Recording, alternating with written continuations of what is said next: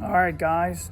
So I've got a set of axles that I'm building for my Jeep, and I've been running into nothing but problems the whole way. I got a Dana 44 out of a late 80s, early 90s Grand Wagoneer. You know, I guess it's a narrow track, standard rotation Dana 44. And I had a hard time with that. And then I also got a Ford 88 out of an, I think also the same late 80s, early 90s. The Ford 88 went together really well, actually, other than one minor little issue. This is the story. This is what I got going on here. I'm building these axles. I'm re-gearing to 488. So the Ford 88 was a 373 originally.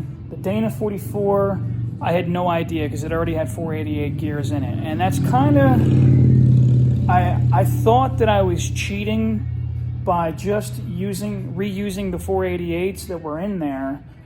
Somebody previously took the carrier and just welded up the spider gears and junked it all up. I wanted a little bit more mobility when I'm on the trails. We do rock crawling. I'm here in Pennsylvania. So I actually went out and bought a Grizzly locker, you know, and super excited about that. I ripped this axle apart like a dumbass because that's what I am. And I sat all the parts in boxes, and then my buddy came in here and got blasted and kicked the fucking box all over the floor. So now I have no earthly idea where everything is and where it's supposed to go. So now we're just re-shimming everything and checking my tolerances the entire fucking time and taking this thing apart 9 million times before it eventually will be correct in the end, hopefully. So let's take a look. Let's see what we got here.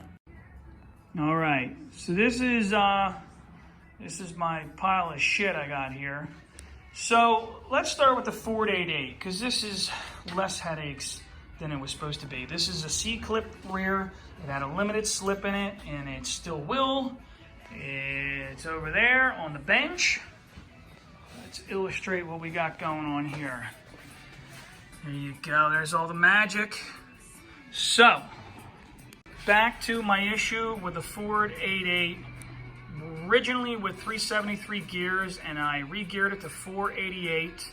I pulled the carrier out of there probably about 50,000 times just to get my shims correctly and get my wear pattern correct. And then when I went to slide the axle shafts in, put the C-clips in, and then last but not least, put in the center pin. The center pin does not slide past the ring gear teeth. This is a major problem. What do? What you do is you go through Yukon and you buy one of these notched pins. And what happens is you bolt it into the carrier without the ring gear in place, and you install this without the bolt so that you can freely spin it. It's notched on one side so you can get a flathead in there and just spin it. And what you're doing is when the pin's in there and then you bolt the ring gear back in place, you can slide your axle through, and this will give you the clearance so you can slide your C-clips back in. And then you just spin it around and do your other axle shaft. So, here is my great dilemma. I ordered a part, and I assumed that my axle, my center pin, I was sitting at my house, which is not near my shop. It was several miles away. So I assumed that this pin was 7/8 because I thought that this axle was out of a newer model Ranger. Turns out, when I ordered my 7/8 pin, I don't know if you can see it very clearly in the video here, but this is 3/4 inch. So know which year the axle came out of. So now I'm waiting on Amazon to deliver me a new pin so that I can put it back in the carrier, bolt the ring gear in, and put my freaking caps back on and bolt this freaking axle all back in place, and we'll be ready to rock and roll. We finally got a rear Ford 88 limited slip, re-geared to 488, ready to rock and roll. And I know the Jeep guys are going to piss and moan because I got drums here. At some point in the future, I will do the disc conversion, but for right now, I was just trying to save some money, so give me a fucking break. All right, on to the severe pain in my ass. Dana 44 out of 88 to 92, I think is what I got written here. 88 to 92 Grand Wagoneer, that's what this is. So let's start with the carrier, okay? Come over here. What I did is I purchased a Grizzly locker. Super exciting stuff. Look at that beautiful mechanism in there. Outstanding. So this is the dilemma. I bought a locker.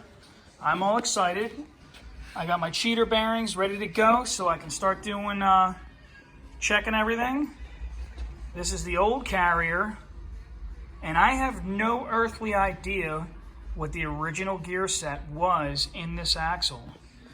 And the reason that that's a major issue with any Dana 44, let me show you the cover of this box. What does the cover of this box say?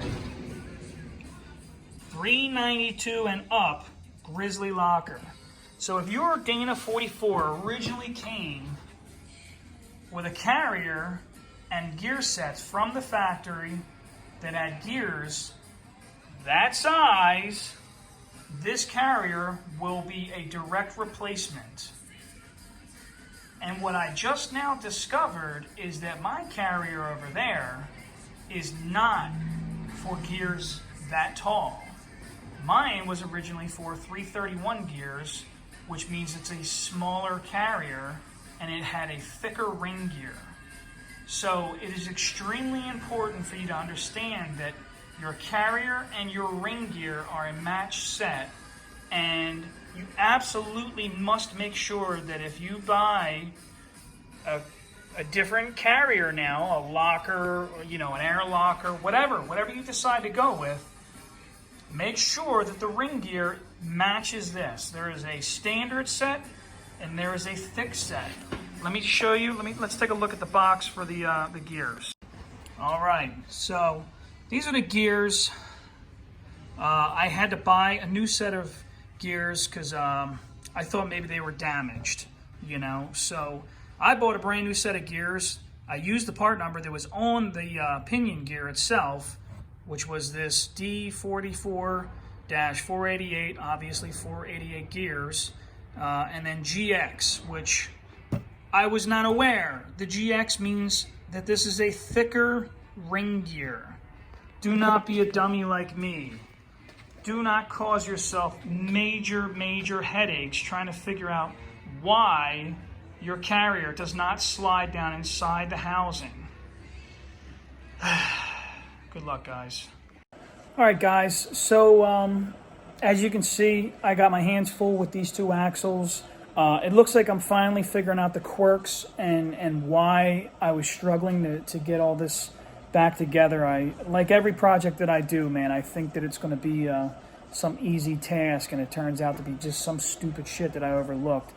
I don't know if you guys are like me, but if you are, hopefully this is informative to you. I'm going to try to make more videos and explain some of the projects I got going on around here.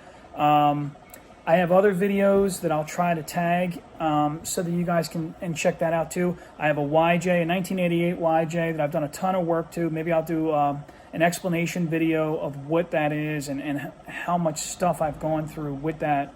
I also recently purchased a 94 Cherokee, I think it is. 2-door, 5-speed, you know, obviously the 4-liter in it. That's got a bad piston skirt. One of the piston skirts is causing a bad knock. So stay tuned, man. I got all kinds of stuff going on here. I'm going to try to make some more videos, and hopefully you like them.